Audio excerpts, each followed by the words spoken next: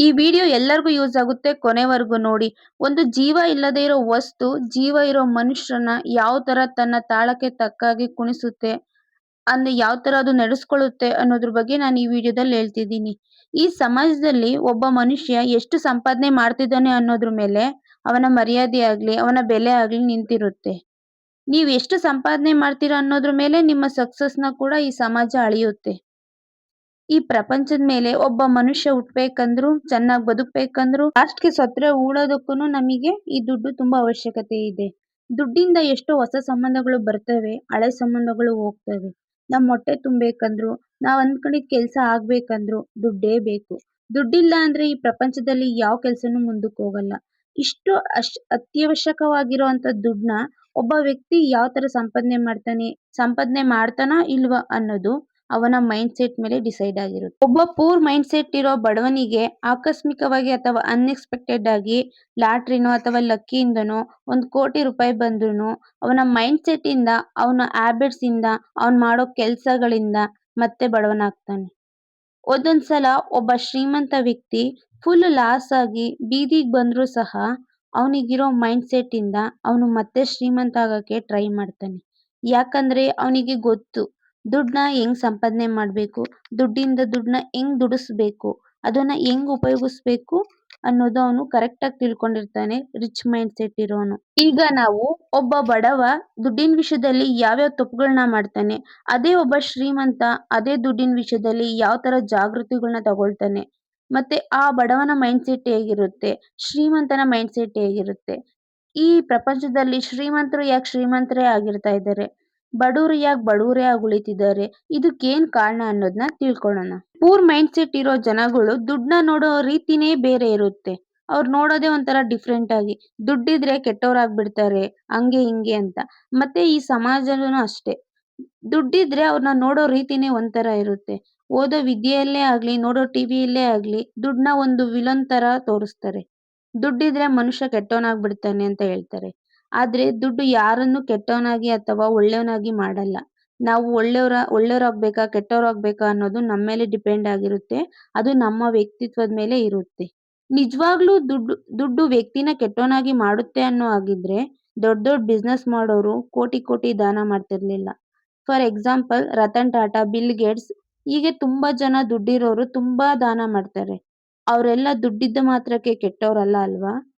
ಹಾಗಾದ್ರೆ ದುಡ್ಡಿರೋ ವ್ಯಕ್ತಿಗಳು ಕೆಟ್ಟೋರು ಅನ್ನೋದನ್ನ ಅಥವಾ ದುಡ್ಡು ಬಂದ್ರೆ ಕೆಟ್ಟವ್ರು ಆಗ್ತಾರೆ ಅನ್ನೋ ಆಲೋಚನೆನ ಫಸ್ಟ್ ನಿಮ್ ಮೈಂಡ್ ಇಂದ ಮನ್ಸಿಂದ ತೆಗ್ದಾಕಿ. ದುಡ್ಡು ಮಾಡ್ಬೇಕನ್ನೋ ಆಸೆ ಎಲ್ಲರಿಗೂ ಇರುತ್ತೆ. ಅದೇ ನಮ್ಮಿಂದ ಅಷ್ಟು ದುಡ್ಡು ಸಂಪಾದನೆ ಮಾಡಕ್ ಆಗಲ್ಲ ಅನ್ನೋ ನೆಗೆಟಿವ್‌ನ ನಿಮ್ ಮೈಂಡ್‌ಗೆ ಹಾಕ್ಬಾರ್ದು. ಅದ್ರ ಬದಲು ನನ್ನಿಂದ ಯಾಕ್ ಆಗಲ್ಲ? ನಾವೇನ್ ಮಾಡಿದ್ರೆ ಶ್ರೀಮಂತರಾಗ್ತೀವಿ ಅನ್ನೋ ಕ್ವೆಶ್ಚನ್‌ನ ನಿಮ್ಮ ಮೈಂಡ್‌ಗೆ ನೀವು ಹಾಕ್ಕೊಂಡ್ರೆ ಅವಾಗ ನಿಮ್ಮ ಮೈಂಡು ಅದಕ್ಕೆ ಸೊಲ್ಯೂಷನ್ ಹುಡುಕುತ್ತೆ. ಅದ್ರ ಬಗ್ಗೆ ಥಿಂಕ್ ಮಾಡುತ್ತೆ. ಹಣ ಯಾವ ರೀತಿ ಸಂಪಾದನೆ ಮಾಡ್ಬೇಕು ಅನ್ನೋದನ್ನ ತಿಳ್ಕೊಳ್ಳೋಕೆ ಟ್ರೈ ಮಾಡುತ್ತೆ. ಅದ್ಬಿಟ್ಟು ಯಾವಾಗ್ಲೂ ನಾವು ನಮ್ಮಿಂದ ಆಗುತ್ತಾ? ನಮ್ಮಿಂದ ಅಷ್ಟು ಹಣ ಸಂಪಾದನೆ ಮಾಡಕ್ಕಾಗಲ್ಲ. ನಮ್ಮಿಂದ ಅದಾಗಲ್ಲ, ಇದಾಗಲ್ಲ ಅನ್ನೋ ನೆಗೆಟಿವ್ ಥಿಂಕ್‌ನ ನಮ್ ಬಗ್ಗೆ ನಾವು ಯಾವತ್ತೂ ಮಾತಾಡ್ಕೋಬಾರ್ದು. ಇನ್ನೊಂದು ಪೂರ್ ಮೈಂಡ್‌ಸೆಟ್ ಇರೋರು ಮಾಡೋ ತಪ್ಪಂದ್ರೆ ಇರೋದ್ರಲ್ಲೇ ಹೆಂಗೋ ಜೀವನ ಮಾಡ್ಕೊಂಡು ಹೋಗೋಣ ಅನ್ನೋದು. ಒಳ್ಳೇದೇ ಇರೋದ್ರಲ್ಲಿ ಜೀವನ ನಡೆಸೋದು. ಆದ್ರೆ ಇದು ಎಲ್ಲಾ ಟೈಮಲ್ಲೂ ವರ್ಕ್ ಆಗಲ್ಲ. ಸಮ್ ಟೈಮ್ಸ್ ನಮ್ ಲೈಫು ಅನ್‌ಎಕ್ಸ್‌ಪೆಕ್ಟೆಡ್ ಆಗಿ ಏನೇನೋ ಆಗ್ಬಿಡುತ್ತೆ. ನಮ್ಗೆ ಅನ್‌ಎಕ್ಸ್‌ಪೆಕ್ಟೆಡ್ ಆಗಿ ಏನೋ ಒಂದು ದೊಡ್ಡ ಕಾಯಿಲೆ ಕೂಡ ಬರ್ಬೋದು. ಅಥವಾ ಇನ್ನ ಏನೋ ಒಂದು ಆಗ್ಬೋದು. ಆ ಟೈಮಲ್ಲಿ ನಾವ್ ಹೆಂಗೋ ಇರೋದ್ರಲ್ಲಿ ನೋಡೋಣ, ಹೆಂಗೋ ಇರೋದ್ರಲ್ಲಿ ಮಾಡೋಣ ಅಂದ್ರೆ ಆಗಲ್ಲ. ನಮಿಗ್ ಯಾರೋ ಬೇಕಿರೋರು ಏನೋ ಒಂದು ಪ್ರಾಬ್ಲಮ್ ಆಗಿ, ಏನೋ ಒಂದು ಕಾಯಿಲೆ ಆಗಿ ಹಾಸ್ಪಿಟ್ಲಲ್ಲಿ ಇರ್ತಾರೆ. ಅವಾಗ ಅವ್ರಿಗೆ ತುಂಬಾ ದುಡ್ಡು ಬೇಕಿರುತ್ತೆ. ಅವಾಗ ನಾವು ಹೆಂಗೋ ಇರೋದ್ರಲ್ಲಿ ಹೋಗುತ್ತೆ ಅಂದ್ರೆ ನಾವು ನಮಿಗೆ ಬೇಕಿರೋ ವ್ಯಕ್ತಿಗಳ್ನ ಕಳ್ಕೋಬೇಕಾಗುತ್ತೆ. ಇನ್ನೊಂದು ನಾವು ಪೂರ್ ಮೈಂಡ್‌ಸೆಟ್ ಇರೋ ಬಡವ್ರು ಮಾಡೋ ತಪ್ಪು ಅಂದ್ರೆ ನಮ್ಗೇನಾದ್ರೂ ಸ್ವಲ್ಪ ಹಣ ಬರಕ್ ಸ್ಟಾರ್ಟ್ ಮಾಡಿದೆ ಅಂದ್ರೆ ಎಕ್ಸ್ಟ್ರಾ ಹಣ ಬರಕ್ ಸ್ಟಾರ್ಟ್ ಆಗಿದೆ ಅಂದ್ರೆ ನಮಿಗ್ ಬೇಕಿರೋದು, ಬೇಕಿಲ್ಲದ್ನೆಲ್ಲ ಅನ್ನೆಸೆಸರಿ ಆಗಿ ತಗೊಳ್ಳೋದು. ಬೇಕಾಬಿಟ್ಟಿ ಹಣ ಖರ್ಚು ಮಾಡೋದು. ನೀವ್ ಹೇಳ್ಬೋದು ಮನುಷ್ಯ ದುಡಿಯೋದೇ ಖರ್ಚು ಮಾಡಕ್ಕಲ್ವಾ? ಖರ್ಚು ಮಾಡ್ಲಿ ಬಿಡ್ರಿ ಅಂತ. ಖರ್ಚು ಮಾಡ್ಬೇಕು. ಸಪೋಸ್ ನಾವೇನಾದ್ರೂ ಒಂದ್ ₹50 ದುಡಿತಿದ್ರೆ ಅದ್ರಲ್ಲೊಂದ್ 35, ₹30 ಖರ್ಚು ಮಾಡಿ ಮಿಕ್ಕಿದ್ನ ಸೇವ್ ಮಾಡ್ಬೇಕು. ಇಲ್ಲ ಅಂದ್ರೆ ಮುಂದೆ ಕಷ್ಟದ ದಿನಗಳನ್ನ ಎದುರಿಸೋದು ತುಂಬಾ ಕಷ್ಟ ಆಗುತ್ತೆ. ಸೊ ಇದ್ರಿಂದ ನೀವೇನ್ ದುಡಿತೀರಲ್ಲ ಅದ್ರಲ್ಲಿ ಫಸ್ಟು ನಿಮ್ಮ ಒಂದು ಫ್ಯೂಚರ್‌ಗೆ ಅಂತ ಸ್ವಲ್ಪ ಭವಿಷ್ಯಕ್ಕೆ ತೆಗ್ದಿಟ್ಟು ನಂತರ ಉಳ್ದಿದ್ರಲ್ಲಿ ಖರ್ಚು ಮಾಡೋದು ಉತ್ತಮ.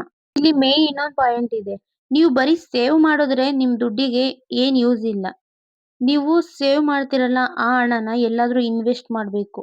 ಯಾಕಂದ್ರೆ ಇವಾಗ 1,00,000ಕ್ಕಿರೋ ಬೆಲೆ ಇನ್ನು 5-6 ವರ್ಷ ಬಿಟ್ರೆ ಆ 1,00,000ದ ವ್ಯಾಲ್ಯೂ 50,000 ಸಹ ಆಗ್ಬೋದು. ಅದ್ರಿಂದ ನೀವೇನ್ ಸೇವ್ ಮಾಡ್ತೀರಾ ಆ ಹಣನ ಎಲ್ಲಾದ್ರೂ ಇನ್ವೆಸ್ಟ್ ಮಾಡಬೇಕು. ಅದು ಲ್ಯಾಂಡ್ ಆಗ್ಬೋದು, gold, stock, mutual funds, business ಒಟ್ಟಿಗೆ ನಿಮ್ಮ ಹಣ ಎಲ್ಲಿ ಬೆಳೆಯುತ್ತೆ ಅನ್ಸುತ್ತೋ ನಿಮ್ಗೆ ಆ ಒಂದು ಫೀಲ್ಡಲ್ಲಿ ಇನ್ವೆಸ್ಟ್ ಮಾಡಬೇಕು. ಬಟ್ ಇನ್ವೆಸ್ಟ್ ಮಾಡೋದಕ್ಕೂ ಮುಂಚೆ ಚೆನ್ನಾಗಿ ಅದ್ರ ಬಗ್ಗೆ ಇನ್ಫಾರ್ಮೇಷನ್ ತಿಳ್ಕೊಂಡು ಅದ್ರ ಬಗ್ಗೆ ಡೀಟೇಲ್ ಆಗಿ ನೀವು ಡಾಕ್ಯುಮೆಂಟ್ಸ್ ಎಲ್ಲ ತಕೊಂಡು ಇನ್ವೆಸ್ಟ್ ಮಾಡ್ಬೇಕು. ಇಲ್ಲಾಂದ್ರೆ ನಷ್ಟ ಆಗೋ ಸಾಧ್ಯತೆ ತುಂಬಾ ಇರುತ್ತೆ. ಇನ್ನು ಕೆಲವರು ಹೆಂಗ್ ಥಿಂಕ್ ಮಾಡ್ತಾರೆ ಅಂದ್ರೆ ನಾವ್ ಯಾವಾಗ್ಲೂ ಕಷ್ಟಪಟ್ಟು ಕೆಲಸ ಮಾಡಿದ್ರೆ ಮಾತ್ರ ದುಡ್ಡು ಬರೋದು. ನಾವ್ ಯಾವಾಗ್ಲೂ ಬ್ಯುಸಿ ಆಗಿರ್ಬೇಕು. ಆಗಷ್ಟೇ ನಾವು ದುಡ್ಡು ಅರ್ನ್ ಮಾಡೋಕ್ಕಾಗೋದು ಅಂತ. ಬಟ್ ನನ್ಗನ್ಸಿದ ಮಟ್ಟಿಗೆ ಅದು ತಪ್ಪು ಅನ್ಸುತ್ತೆ. ನಾವು ದುಡ್ಡನ್ನ ಹೆಂಗ್ ದುಡಿಸ್ಬೇಕು ಅನ್ನೋದನ್ನ ಕಲಿಬೇಕು ಫಸ್ಟು.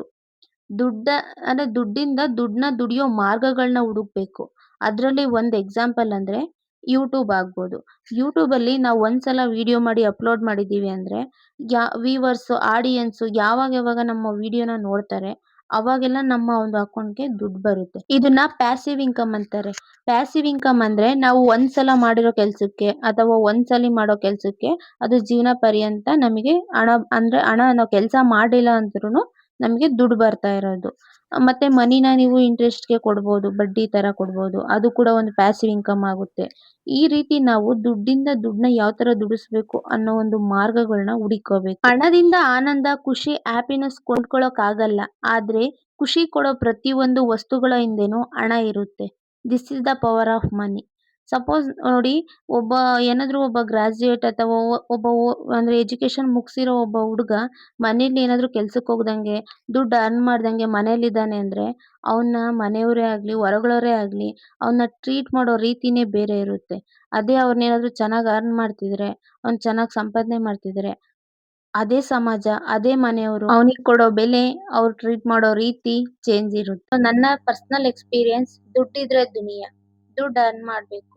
ಎಲ್ಲದಕ್ಕೂ ದುಡ್ಡು ಅವಶ್ಯಕತೆ ಇದೆ. ಮುಂದಿನ ವಿಡಿಯೋದಲ್ಲಿ ಶ್ರೀಮಂತ ವ್ಯಕ್ತಿಗಳ ಮೈಂಡ್ಸೆಟ್ ಬಗ್ಗೆ ತಿಳ್ಕೊಳ್ಳೋಣ. ಈ ವಿಡಿಯೋ ಇಷ್ಟ ಆಗಿದ್ರೆ, ನಿಮಗೆ ಸ್ವಲ್ಪ ಆದರೂ ಯೂಸ್ಫುಲ್ ಅನಿಸಿದರೆ ಲೈಕ್, ಶೇರ್, ಸಬ್ಸ್ಕ್ರೈಬ್ ಮಾಡಿ.